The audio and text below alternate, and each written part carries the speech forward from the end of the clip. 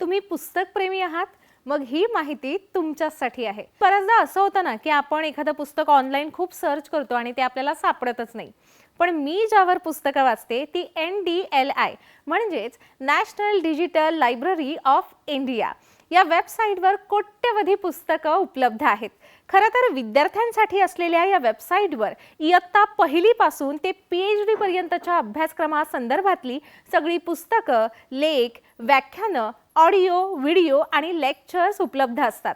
शिवाय जगभरातल्या वेगवेगळ्या विद्यापीठांमधल्या आणि संस्थांमधल्या प्रश्नपत्रिका, रिसर्च पेपर्स सुद्धा यावर सहज मिळतात.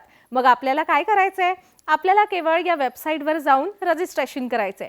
मग आपल्यासाठी हा सगळा खजिना खुला होतो. वेबसाईटची लिंक मी कॉमेंटमध्ये देते. शिवाय प्ले स्टोअरमध्ये जाऊन आपण NDLI हा ॲप देखील डाउनलोड करू शकता.